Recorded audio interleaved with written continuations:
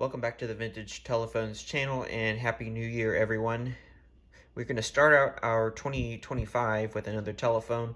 Now, you already saw the the Stromberg Carlson model 1243, the desk model, and they were, of course, the direct competitor with the Western Electric 302. Today, I'm going to now show you this wall version. This is the 1250. And it was, of course, the competitor with the 354. Not sure what year it is, but I think it might be later than the 1243.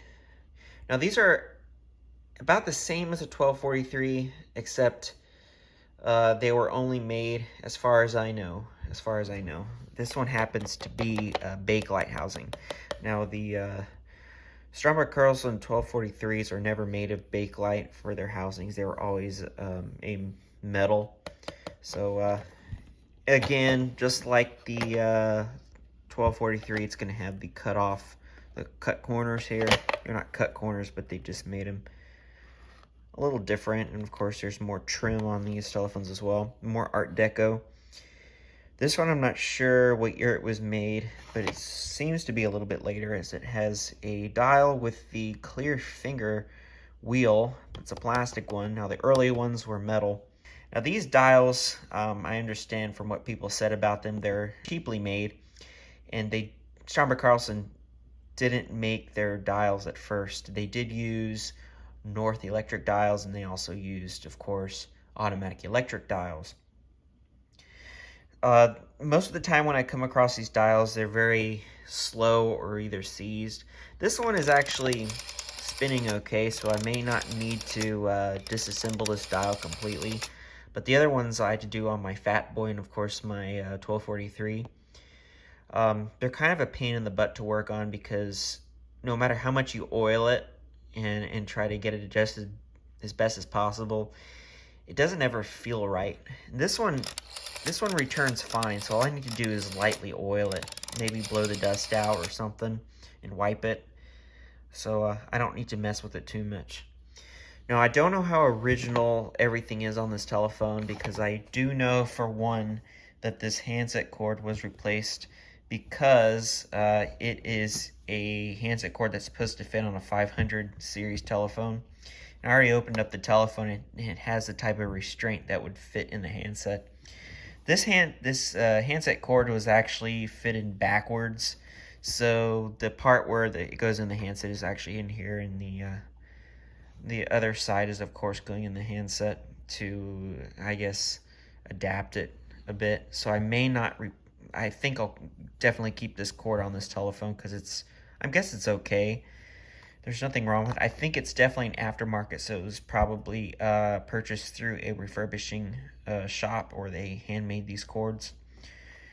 This phone definitely came out of a smoking home because it does smell like cigarettes, so I'll have to air it out a bit and give it a good clean. But other than that, it's in very good shape.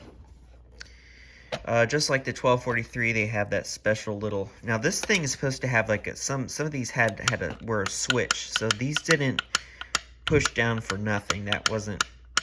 These were intended to do this, to act as some sort of switch. And, yeah. And, of course, it's got the old font, too. It almost reminds me of... It's a fancier-looking Times New Roman, but I shouldn't call it Times New Roman because that probably would be insulting. Again, Stromberg Carlson dial. It's missing the dial center. So I'll try to figure out and see if I can find a ring for it so I can put in a number card. I'm going to put this telephone on a wooden plaque like I did with the phone from Brazil. As you see, it's up on the wall so I can display it. I think it came out really well putting it on the... Now, I bought that wall plaque from Target, and they have the circle-shaped one. You don't really... If you plan on getting these yourself for your wall phones, you don't really need to finish them. If you want to, that's great, but I decided to keep them natural because I'm lazy like that. I just wanted to mount it and call it a day. But I think it turned out really nice, and of course I had the line card. I really shouldn't have that in there because it's not like I'm going to have it working. Anyway, handset's in good shape as well, and all the bakelite's in really good shape. I don't know if this was whoever had this phone before were the original people, but it's in very good shape, so it must have been inside someone's house or an office or something. But I don't think everything is original in this telephone, and I'll explain why. So I have the cover off, so I'll show you on the inside. Now, I don't think anybody had this telephone hooked up at some point. They must, I don't know what they were trying to do, but everything is completely disconnected, and it's going to need to be, see, even the handset cord's disconnected. It's going to need a complete rewiring. It actually needs to be wired up completely. So yeah, so everything, I mean, that saves me a step trying to take everything apart. Let's see, we got a potted network, and then we got some sort of buzzer here. This must have been added by someone else later on. I do have a spare ringer that I can probably try putting in here, but if I can get this buzzer working, I may not even need to put a ringer in here. I'm not so sure if it had a ringer. I think it did because there's no telling, but we'll see if we can get this working. But you can see that the cords are cut. And of course the line cord was cut as well. So while we're at it, I'll get the screwdriver and we will disconnect this line cord because it's no good anymore. No good, no good. Whoops. These telephones aren't too hard to work with, but some of them I find they're a little bit, they're not very user-friendly when trying to rewire it. It just feels awkward. But we'll see what we can do as far as fitting in a bell ringer in this telephone. But if I'll try out the buzzer first, and if it works fine, then I don't really need to put the bell ringer in, just for testing's sake. I'll show you the other side. It's a 1250 WL. I don't even know what year it is. Anyway, here's the inside of the thing again. So here we've got the switch,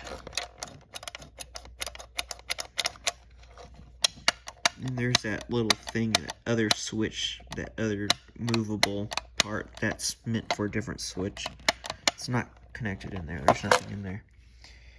Then these dials had a special lid. Oh, here we go. This is the first time seeing one with the red plastic cover. So the inside of the dial looks like. All it needs is an oil, light oil, and we'll be done. I think I'll start that once I get this video done.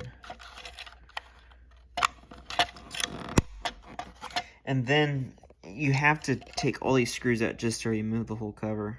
That's how annoying these dials are. But there's nothing wrong with the dial right now. I just need to clean it and oil it. It'll be good. So anyway, that's the Stromberg Carlson 1250.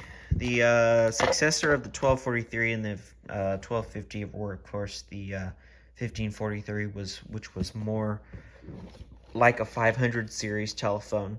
And of course, the 1543 you've seen already, but it was the successor of this telephone and the last telephone that was of their own design, and then they adopted the Western Electric 500 design with, they had purchased the license to produce those similar to the Western Electric 500. So anyway, that is the Stromberg Carlson Model 1250, the wall version of the 1243. And I hope you all have a happy new year. And once I get this phone done, I will have the final checkout video posted. So I hope you enjoy the rest of your day, and thank you so much.